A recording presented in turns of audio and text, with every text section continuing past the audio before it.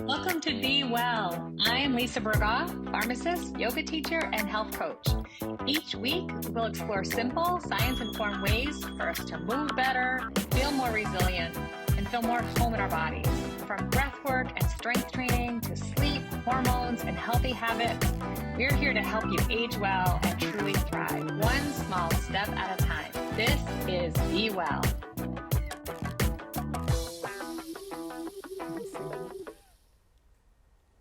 Hi, this is Lisa Burgaw, and this is Be Well. Welcome. I am here today with a special guest, and I'm very excited for you to meet him. His name is Robert Pigott, and he is going to help us to talk about extending not only our lifespan, but our health span. So I talk a lot about living well and longevity and how it's so much more than just living a long life. It's actually about living a long life and feeling really great along the way. So Robert's here to help us with that. So welcome, Robert. Thank you, Lisa. So glad you're here. Can you tell us a little bit about yourself? Yes, I have a background in biomedical science, if you like, with a degree from Cambridge University in that, natural sciences. And then I worked for the BBC for my whole career as a health correspondent, ultimately, specialising in some of these metabolic diseases, the things which lead to chronic conditions. Yes. And then after I met an American and came to live here in this country, I reinvented myself in nutrition by doing a degree in clinical and public health nutrition at one of the leading places for that in the UK, University College London. And then once in Chicago, which is where we came from between there and here, I was teaching a course at DePaul University in a health-related topic. And then we moved here, and I've been lecturing in nutrition and especially doing cooking demonstrations, focusing on the nutritional aspects of that at Thrive 55, actually, right here in Groton. That's wonderful. And also helping the Ledgelight community health workers with their training and similar things to that. So it's so wonderful. I love how you're bringing it into the community and making like maybe big daunting ideas simple and actionable. And I think that's so important. We were talking off camera about how important it is to understand your body and to feel good in your body and different ways that are easy and actionable to work on that. That's right. People need to know that they have control, some agency, some way of looking at, evaluating, and then taking action to improve their health. It's possible, even easy, to do that. It depends on what steps you want to take, how committed you are, and where you are in life, really. But that's part of the thrill of the challenge. It really is, and it can be almost like a thrill in a game. And when you start to see that you feel better, you're sleeping better, you have more energy, you're just feeling good in your own skin, then you add more. And it doesn't have to be all done at once either. I think actually the key is that it has to be done over a long period. I think that's almost part of the rule of improving your health. It's a change in thinking, a change in attitude, a change in patterns, not a diet. Right. As I think and so that's so frustrating, I think, for us Westerners, right? We want everything done now. We want to take the pill. We want the instant relief, the instant gratification, and that consistency is really key. And I think also it makes it more bite-sized. You can actually, pun intended, you could a little bite size of this, a little bite size of that, and that you can start to incorporate things into your life without changing everything and feeling maybe defeated. You start to see little wins, and then you start to take more action. That's right. It's partly training people to see those wins and to realise that everything you do has consequences. Every good thing you eat, every bad thing you eat, every piece of exercise you take, every time you forego exercise. They all have consequences, as does sleep and stress and all those other things. So yes, it's really important. I do think actually you mentioned this wish to have a magic wand, instant solution. And I do think that the GLP-1 drugs are part of that problem. They are implying to people through their advertising that there is a magic wand. There really isn't. And as long as we accept that cheerfully, forgive ourselves for our lapses, then I think that is the way forward. Right. And they do have a place. And we'll talk about them a little bit today too. Yeah, they absolutely do have a place. They're magnificent invention. Absolutely. And doing an awful lot for some people, Yeah. I love that. So tell us a little bit more maybe about your Thrive 55 program. You said you do cooking demonstrations and you're teaching people about nutrition. And I love that you said it's not a diet. Actually, the way I say diet is whatever we're eating, not like a fad diet or like following something specific. Whatever you're consuming is your diet. And can you make your diet healthy and how can we like healthy foods? Like that's Yeah. something that we've talked about Yeah. before, like liking the healthy foods and making those healthy choices. Absolutely, yeah. Maybe we'll come to that in a moment, but diets I see as a short-term fix for a problem, and they can be, but they're not. I don't think the change in your attitude and your life plan that's going to turn around something long-term. Right. They will often seductively lead to a loss of weight because any change you make from the regular standard American diet with all its horrors is going to be beneficial. Yes. And so you can get this kind of seductive uptick in all your measures. But I think the long term lies in the most basic of plans, most basic of diets, if you like, which is, I would say, the Mediterranean diet was the key one. Yes. And there's a lot of research behind the Mediterranean. There is, and its key aspects, particularly olive oil. I mean, of which I'm a huge fan. Yeah. Now there is, when we have this chat, Lisa, there is always this little lurking issue of cost, because things like olive oil and good food, they can cost quite a lot. But there are ways around that, and there are ways of hugely improving what you eat and how you move that aren't very expensive as well. Right. And I think that we need to tackle those things both together. Yes. But Thrive 55, that's, as people will know, an absolutely fantastic place for people over 55 to thrive and to learn about all sorts of things, to follow hobbies, to pursue interests and to learn generally. I've given a lecture course there in nutrition, right from the beginning right through to the end, and people stuck the course, which there was a little fallout, but people were impressed with me by sticking the course, because it's not always an easy topic. It can be quite complex. Yeah. But fascinating. But then something which has really proved popular is cookery demonstrations, where you cook a couple of dishes in front of a group of about 25, 30 people, enough so they can all have a taste.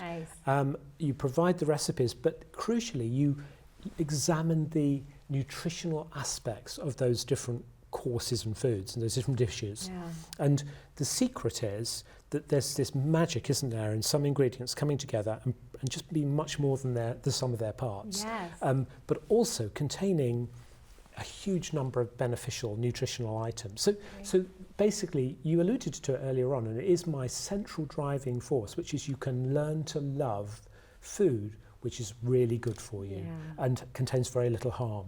Right. And perhaps we'll have the chance to mention a couple of recipes towards the end. Yeah, but, we have a lot to talk about. We'll have to come back again, because I'm not sure we'll get through everything in this little half-hour segment, but let's dive into it. Yeah. So did you want to talk a little bit about, you did mention the standard American diet and metabolic disorders and an obesity problem here in our country. Yes, and you were asking me about what kind of drove me and where I come from and all this. And I think my guiding principle is that we should all be extending not just our longevity, but also our health span, the time that we're spending in good health. Yeah. Because medicine has, in this country, extended people's lives magnificently, I mean, amazingly in many ways. Yeah. And especially we see that infectious diseases have come down. Yeah. But what we also see is that there is a problem with non-infectious chronic diseases. They haven't come down. So we're at a position where, and I know the figures for Europe better, that 15%, Europeans will spend the last 15 years of their lives with a chronic disabling and life-limiting disease. Yes. And we know what they are. They're diabetes, heart disease, heart failure, kidney disease, many, many diseases. 30% now of people of 65 will get Alzheimer's disease at some stage. Right. And 80% of 85-year-olds, for example, have a disability, half of them bad enough to need care. Yeah. This is the problem with extending life without extending the quality of life. We're adding, as people say, adding years to life without adding life to those years. And that's not even to mention, not to interrupt, I'm sorry, but not even to mention just to decrease mobility and not doing things that you used to really enjoy doing because you're more sedentary. That's not even included in any of that. And that's a huge thing, I think, for many people as well. Yeah. A lot of these life-limiting conditions, like sarcopenia, the loss of muscle, they do inhibit movement. They make you frail and nervous. They make you more likely to fall. Right. And for an old person, that is often a very bad thing indeed. Right. So yes, there is this real need in middle age Yeah, even younger than middle age. It's never too early to start. It's never too late to start either. Yeah. Because people are beginning to put it like this, that if you have a certain fitness now, as measured by, say, your resting heart rate or your muscular strength, perhaps your grip strength, you need to bear in mind that that will decline. Right. And so you need to build in extra strength and fitness now to take account of that decline as you grow older. Yeah. I think we have actually an interesting image which shows this victory, if you like, over infectious disease, and shows, as you can see, over the course of the 20th century, this big decline in infectious diseases with that spike, that intriguing spike around the end of the First World War, which was caused by the Spanish flu. I was just going to ask that, yeah. But look at the non-infectious causes of mortality and how intractable. They've even slightly risen. Yeah. Some have taken over from others. You know, perhaps there's more cancer and perhaps less, say, chronic obstructive pulmonary disease. But equally, the line tells the story of just how intractable that problem is. Yeah. But of course, we've got genes that we've inherited from our Stone Age background, which reward us for eating and holding on to calories against a possible famine, and for being very alert to danger. And that now translates into this sort of constant stress, even if it's just office-based or something to do with the neighbours. You know, we have this condition.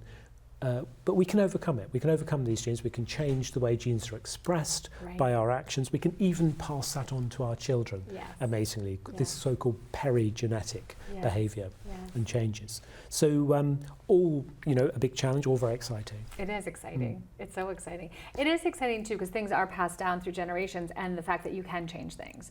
I mean, that's a whole different topic, but epigenetics is really hot, and I love that we can change generational trauma. We can change generational responses in metabolic disease, and that's really, really exciting. Yeah, there are some really standout examples of that, aren't there? The negative one, sadly, where at the end of the Second World War, there was a famine in Holland, and babies who were conceived and the early part of their lives during that famine, they then later grew up to hoard calories, and they had terrible cardiovascular disease and diabetes and so on, these metabolic conditions. But they came directly from that experience of their mothers during that period of the Second World War. So yes, that's a very startling example, but the converse is also true. Absolutely. Yeah, it is exciting. And I love that that the sense of agency and that we can change things. So it's not bleak. We don't have a bleak future ahead of us. We have a beautiful, marvelous, wonderful, healthy lifespan ahead of us if we choose. If we choose to. Yes. That's not to say that there isn't work involved. Of course. But I think there's a lot of work involved. I think what there really is, though, is knowledge. You need to know a little bit more about what leads to what, and to act on that knowledge. Because if you look at the various diseases that cause this dent in lifespan, or health span rather, this dent in how good your later years are, they are very largely to do with the issue of obesity and the imbalance of energy that we're looking at. The CDC says that figures for the United States are that for about 75% of people are either obese or overweight. It's about 40% are obese now. That means a BMI of more than 30, as you know. And these are worrying figures, to put it mildly, because at the heart of obesity is other metabolic diseases. Now, looking at this graphic here, you can see where the geographical concentration of obesity is in the country. Now, if you were to superimpose on this map the figures for obesity, you'd find a very close match. If you superimpose the figures for heart disease, which is kind of a distillation of a lot of metabolic problems, things like inflammation, high blood fats, you'd find, again, a very similar correspondence, especially looking at the lower Mississippi Valley, the Mississippi, Alabama, Louisiana, Arkansas, Oklahoma, and up into Tennessee, Kentucky, and West Virginia, you find the same figures time and time again. Wow. And you find the converse as well, where you see Washington, Oregon, California, the Northeast, our area, you have healthier lifestyles and less obesity, and it corresponds to less of these other problems, and indeed to longevity. This is longevity. Yeah. But if you bear in mind that those figures are showing not only shorter lifespans, or they're translating into shorter lifespans, they're also translating into shorter health spans. Right. People are spending a lot of those years in very poor health. Right. And that is it's the correspondence, that startling geographical image of the correspondence of all these metabolic diseases that I think shows us that it's a web of disease, that we need to identify the cause carefully and then to attack that cause as best we can. And insulin, I think, is at the heart of this. Yeah, it really is. And I loved, you mentioned BMI, and that graphic showed the different BMIs. So BMI, BMI is controversial, and it's great for demographic data. It can be discouraging as an individual if you're told that you have a high BMI and you're obese and you're very athletic, and so that's not actually always accurate. But it is a number that we can calculate. So things that we can measure, we can do things with and act on. So it's not perfect, we know that. But the basic, like you talked about metabolic disorders, there's other measurements that we're looking at, like waist circumference and height to weight ratio. So there's other things besides BMI. BMI is a measurement, and that, and it's a tool. Yeah, so the problem with BMI is that, as you've pointed out, you can be quite athletic, have a lot of heavy muscle, and that will translate into a state of being overweight under the BMI measure. BMI is great for populations, and that map shows that, I think. It shows where the problem lies, and it shows the correspondence of overweight and obesity with other metabolic diseases. But it isn't great for individuals, and I think the waist circumference is the thing people are looking at more and more with that in mind, because we know that the fat held around your middle is particularly damaging to your health. Right, the visceral fat. The visceral fat, around the viscera, the organs. Yes. Partly because it's much more likely to be under the sort of physical pressure that is causing it to be inflamed and to send out inflammation signals, cytokines and so on. Right. And you're talking about inflammation all throughout the body, not just like a swollen joint. Right? That's right. You're talking about like microscopic inflammation throughout the body. That's right. And that then increases insulin resistance, but it's a sign of insulin resistance as well. So it is that kind of a precursor to it. When we start measuring that, we look at prediabetes. From my pharmacy language, we look at prediabetes, and then we try to address things before it develops into diabetes. We try to nip it in the bud. That's right. And you're absolutely right about nipping it in the bud. And what the trouble is that we don't measure insulin in people's blood. We measure sugar. Right. And insulin will, for decades, up to decades, it will suppress the increase in blood sugar so that it is invisible to tests. Right. So you don't know you're pre-diabetic until you break through into something close to diabetes. Right. And by then, you've had hyperinsulinemia, which is too much insulin in the bloodstream, for a long while, and it's been doing damage for a long while. And we can talk about the damage that it does, but it's basically very harmful to all sorts of disease processes. Right. And some diseases have already started. That's right. So oftentimes when you're diagnosed, it actually started way back. 20 years ago, 30 years ago. Arguably, it would be better to test insulin levels than actually sugar levels. I think more and more I'm seeing that, like at least in my physicals, when I get my blood work done, they're starting to measure that, and A1C, which is exciting. I, as a little special treat for myself, I have my insulin measured by fasting insulin, and also my inflammation, as measured by something called high-sensitivity CRP, or C-reactive protein. And that's just a really interesting little measure of what's going on under the surface that you might not otherwise know. But if you look at the country, it's estimated that, but I think it's known that the CDC says that 40 million Americans have outright diabetes. But astonishingly, 11%, more than 25% of them, don't know they have. Right.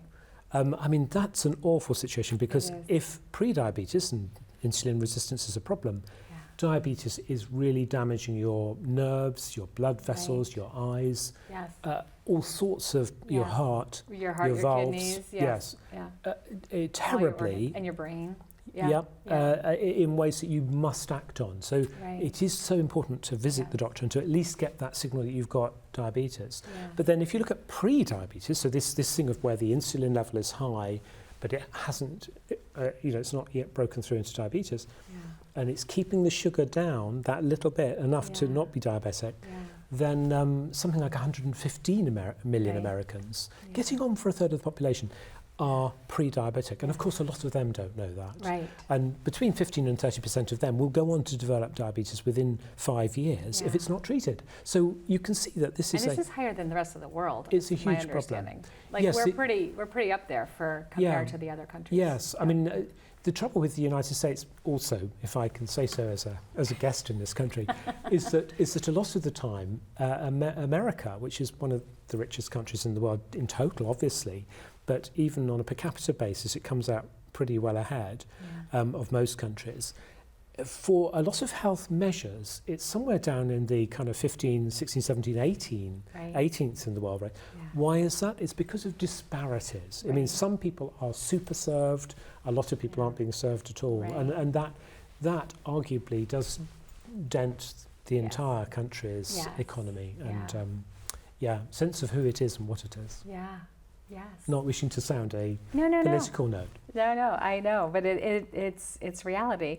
But what can we do about that? Well, tackle insulin. It is about food. Should we have a look at insulin, actually? Because it's such a critical and central issue. Yes. So insulin, I think people know, is a very small protein put out by the pancreas in response to eating sugar and to a lesser extent fat. And we've got a little graphic here which shows that when you have a meal of sugar, you produce, or carbohydrate rather, just carbohydrates. It could be any sort of carbohydrate. Right, and that's what people get confused about, not just sugar. You produce an insulin response, and you can see it here in blue. Now, it's high. You can see it goes up high because that's the thing which insulin is specially designed to clear from the bloodstream and to open gateways in cells to let it in. Okay, so the cells can use the sugar for fuel is what it's designed to do. Exactly. Now fat produces almost no insulin response and protein is somewhere in the middle. It's actually, pretty low. Now what's going on here is that when you're eating meals in general, you're combining these food sources, so you're tending to iron this out. But if you just eat a sugary breakfast, then that's not the case. If we just look at the next image, you can see that not all carbohydrates are created equal. Right. You have the red line here showing sugary foods and fruits to some extent, especially fruit juices if you pound them into a juice. And you can see a really big insulin response there. Yeah, big spike. A big spike in sugar rather, which prompts a big spike in insulin. Correct. So you can see that has gone beyond the green dotted line, which is the healthy blood sugar range. Now, the corollary is that when you have the big spike of insulin that follows the spike of sugar, it brings it way, way down. Look at 30 to 60 minutes later, it's well below that healthy blood sugar range. Yeah. What does that create? A feeling of being lethargic, out of sorts, brain fog, and feeling hungry. Exactly. And that is the problem with these sort of sugary cereals and so on. Yeah. Even if you look at the yellow line, which is less high glycemic index, which is the things which trigger a quick insulin response, you can see things like white bread, white rice and pasta are causing a lower spike of sugar and therefore a lower spike of insulin, and they're creating less of a deficit 1 or 2 hours later. But the ideal place to be as far as carbs are concerned is the blue line. These are the whole grains, the vegetables, the legumes, the things which we are told we should be. We're enjoined to eat. Carbohydrates. The complex carbohydrates. Yes. Now the point about them is that they find their way right through our gut and we aren't able to digest them with our own enzymes. They then go all the way down to the colon, the big gut, where gut bacteria have specialized enzymes to digest them. Yeah. And it means that there isn't the same huge spike in blood sugar from them. They dampen down the spike from other foods. Right. And then within the colon, they have the magical effect of producing really essential nutrients like short-chain fatty acids. And there's lots of talk at the moment. I think butyrate is having its moment. Yeah. There's acetate, propionate, and butyrate.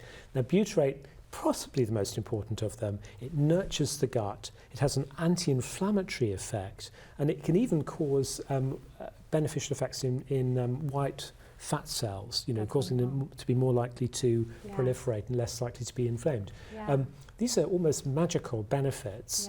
Yeah. It's almost like it's improving your gut biome. It's not almost, it is improving your gut biome. Yes. And overall gut health. I would say it was essential. I wouldn't say it was just improving. I would say it was essential. It's essential. And I mean, another thing that butyrate does is it prevents leaky gut. It induces the production of these little proteins that hold the gut cells together, the tight junctions as they're called, and stops you leaking through the products of all the bacteria in your gut, and there are trillions of them, and their little coats made of something called LPS, lipopolysaccharide, can so easily find their way into the bloodstream if you're ill or if you haven't slept well, even sometimes a deficiency in sleep. And then that inflammatory or too response much drink, kicks back in. and then you have an inflammatory response because your immune system quickly recognises these as invaders and clamps down on them.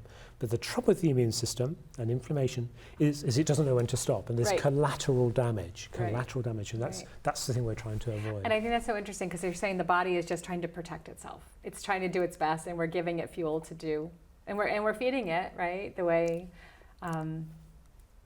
Whether we're feeding it well or not, we're feeding it in a way that it's going to respond. Yes. So exactly. how can we improve that? I think the thing that comes to my mind first of all is ways of tackling insulin and the production of insulin and hyperinsulinemia.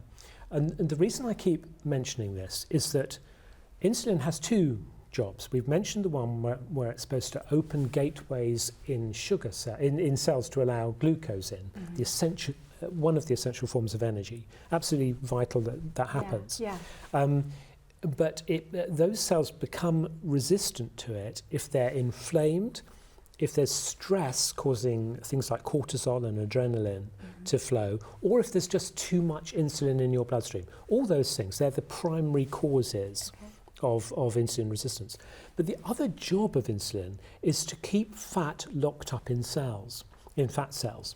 Now, when you eat too much, or if you have a balance of energy over what you need, put it that way, then your fat cells will steadily increase. You have a finite number of them by and large. Some people you can produce more under some circumstances, but they fill up until the point comes where they become resistant to insulin simply because they know they can't accommodate any more fat. And so the product of that is partly that you have more insulin in the bloodstream, but also partly that they then start to leak out because they're resistant to insulin's message. They're leaking fat into the bloodstream. That then will end up in other parts of the body where it shouldn't be, like the pancreas, the heart, the pericardial area. And especially the liver. Fatty liver, and fatty liver is a very rapidly growing disease. Yes, even in young people, especially in young people. And it's the non-alcoholic form. We used to associate problems with the liver with cirrhosis and so on with alcohol. Less now and more to do with non-alcoholic fatty liver disease, and then the inflammation which follows it, and the inflammation which is then spread out to the rest of the body. The liver will start to put out more fat as well into the bloodstream. So and it's like a downward spiral. How can we create an upward spiral? Well, what are some key takeaways that we can give our viewers that they can do something about this instead of worrying and increasing their health span instead of the detriment of all these things that could happen? Well, I think the short answer to that is to improve their diet and also to improve their exercise. So they're two separate but related things. So and they're both necessary. They're both absolutely vital. Now, the point about obesity and having too much weight and filling up your fat cells is that you can't exercise it away. You have to, it's all about diet. Exercise is about health. So exercise is vital to health, and there's research that shows that you can be well overweight, even obese, and still have a better range of metabolic markers than people who are thinner but less fit. So it is still very, very important. But diet, so what should you do? You should, I think, gradually feed into your diet those items that we see on things like the Mediterranean diet, that pyramid of, that shows an ideal diet, which is copied around the world, which originated in the Mediterranean, where they lived conspicuously long lives. Yeah, we do have a graphic, I think, of the Mediterranean diet we'll show in a moment. And it's just a model for eating more vegetables, more lentils, grains, and it's based on olive oil as well as a healthy oil, monounsaturated oil. Oils are important. I think a lot of people went to all this fat-free craze back in the 70s, 80s, and they don't want any oil, but we need oil. Every cell needs, the cell membrane requires oil. So sorry to interrupt. Go ahead. Well, no, you're absolutely right. And that fat-free episode in the 70s led to more sugar, and that's where the problem really took off, I think. So yes, but what you're looking at is whole foods, and if you look at the that bottom layer, the thickest, the most we should be eating, is heavily concentrated in fruit and vegetables, especially vegetables. There's the 5 a day rule. We're really not eating those 5 a day, but you can do that by learning the trick of cooking for yourself, buying wisely, and incorporating those items into your diet. My trick for doing that is to think carefully about things that you enjoy eating. Try and learn the trick of enjoying these foods that are good for you, because it's really not impossible.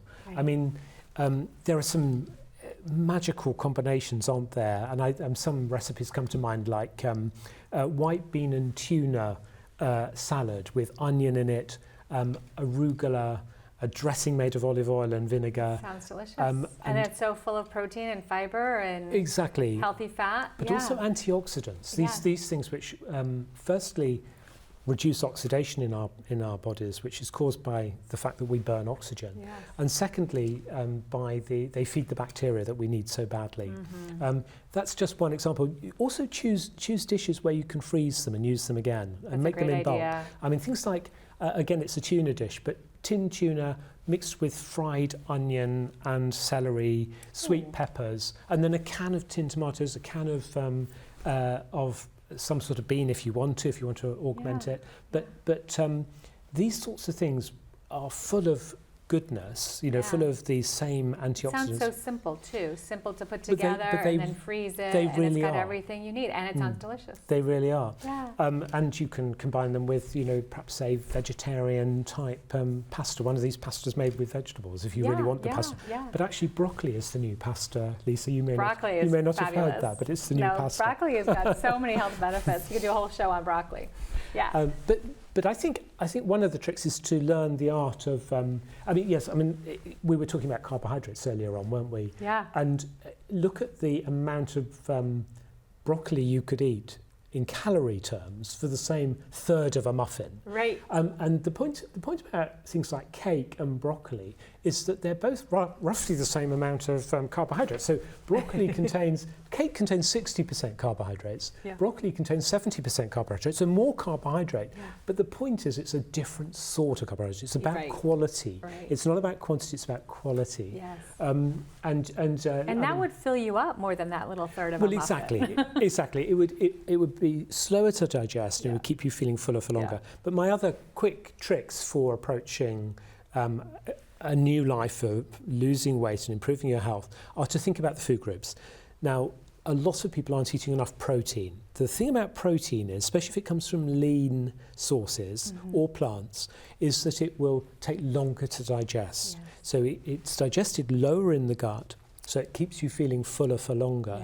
And also it elicits a much smaller insulin response than most of the carbohydrates we're actually eating.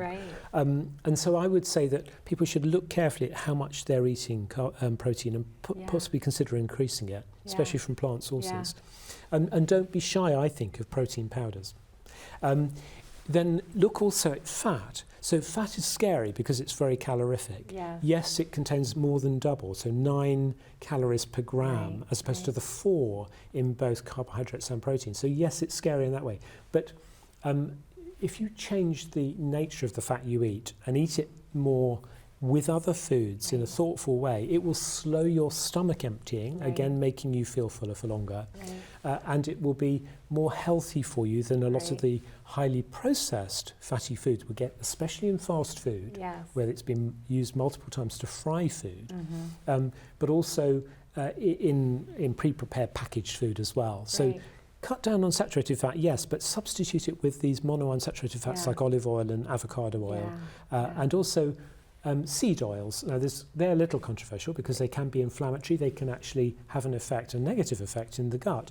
But if they're substituted for saturated fat, which we know creates cholesterol in the liver, then that is often a positive step.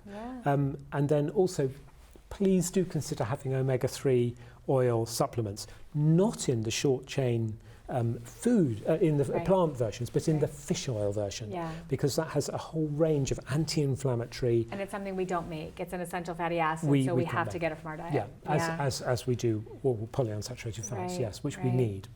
So they are essential. But then, just finally on carbohydrates, this difference between the complex ones and the non-complex ones. So if you can choose complex carbohydrates that take longer to digest, that is a big step forward. And I don't know if many people know about this little trick, which is to cook a carbohydrate like this, like pasta, potatoes, rice, whatever, and let it cool. And it will crystallize in a way that makes it inaccessible for the gut enzymes that we have. And so again, it reaches the colon, or more of it does, as a resistant starch. And that becomes more of a complex carbohydrate than it would be if it was fresh. Than it would be if it was freshly cooked. That's a neat trick, Yeah, that's a great trick. I love all these little tips. I wish that we had more time, and I'm going to have you come back because you have such a wealth of knowledge that I would love to keep adding and adding and adding. So, but just because of time constraints, do you have anything you would like to tell the audience that you really want them to take away from today's conversation? Yes, I always end my lecture courses with the idea of the low-hanging fruit. So we have a tree and layers of fruit, and the lowest hanging fruit, you could also see it in terms of being the biggest bang for your buck. What takes the least effort to do and gives you the biggest reward? Well, I think it might surprise people to know that the biggest reward and the best, apart from giving up smoking or stop acting as a stuntman in a thriller, in film thrillers, but is probably to meet the government's exercise recommendation, the minimum exercise recommendation.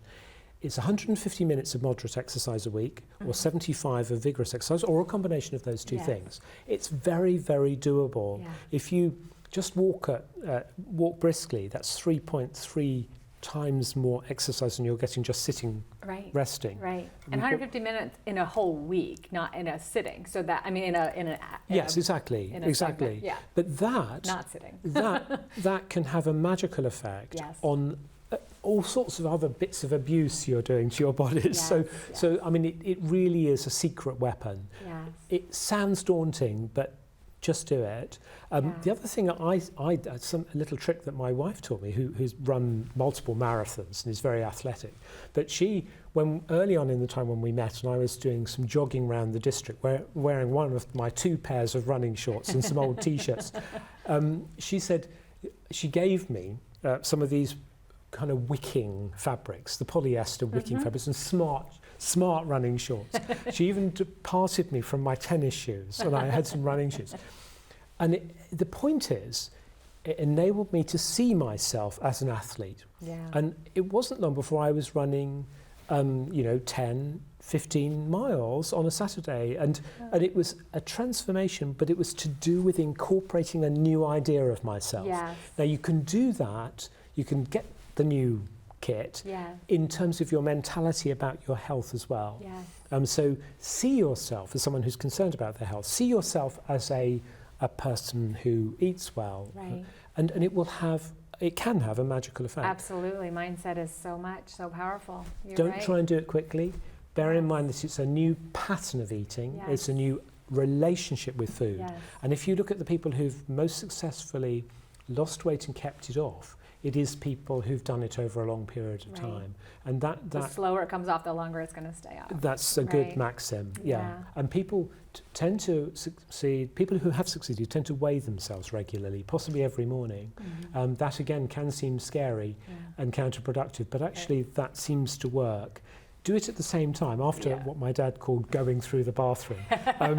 because water is so important Right. in this balance daily. Yes. But that's another thing which people have found succeeds. Yeah. But I think it's a new acceptance of what you're up against, that it's going to take some time, but that you can do it, and that you can learn to love some of these foods that are so delicious and so good for you as well. Yeah. And also, we're so important, and if we want to live these long, robust lives, yes, we want a longer lifespan, but really a longer health span would be the ideal. Right? Yes, I mean, to me, that is it. That why add years to life if you're not adding life to those years? You know, and we have a system, don't we? A health system in this country and elsewhere, where we're very good at rescuing people who are drowning as they float down the river. Instead of teaching them to swim. Right, but we'd never go upstream and realise why there's so many people in the water in the first place. Right. And I think this idea of prevention is so important. Yes. And prevention can begin at any time. Yes, we all would love to be 25 and beginning freshly perhaps then, and avoiding some of these bad habits. But we can begin at any time. But it's important to be ambitious, to see yourself as that person, and then to adopt some of these rules. Yeah. Find your why, and you're worth it, and it's important, right? That's right. Yeah. I mean, and I think that food is such a gift. I mean, it is just such a wonderful thing that it seems a shame to let it take over your life. It's about mindfulness, isn't it, too? We're often taught that the practice of mindfulness is all about emptying your mind of extraneous thoughts and just focusing on one thing like your breathing. But when you fall off the wagon, as undoubtedly you will, the trick is to forgive yourself. Don't judge yourself. Just bring it back again. And the same is going to be true of any long-term campaign to change your diet and your exercise. Don't kick yourself over a lapse. No. Just say start again. Just say, that was an interesting lapse. But it hasn't really changed the record I'm beginning to build up. Exactly. And that I can continue to develop. I love that. But I know this has been about diet, but I do think exercise is absolutely key. Oh, it is. They work hand in hand. They really do. And when you have a good diet, you have more energy, and then you can exercise, and it's a beautiful upward spiral. I think all of this is so helpful, and I really appreciate you being here today. I really wish we had so much more time, because you're just such a wealth of knowledge. Thank you so much for listening and for watching, and I hope that you can take something from this discussion and incorporate it into your life so that you can have a nice long health span and really thrive as well.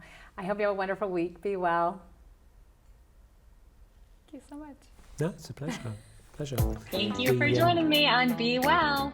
I hope today's conversation inspires at least one simple way for you to support yourself. Before you step back into your day, pause and choose one uplifting action you can gift yourself. What's your one thing going to be? Remember, small, consistent steps create meaningful change. Until next time, take a breath, take care, and be well.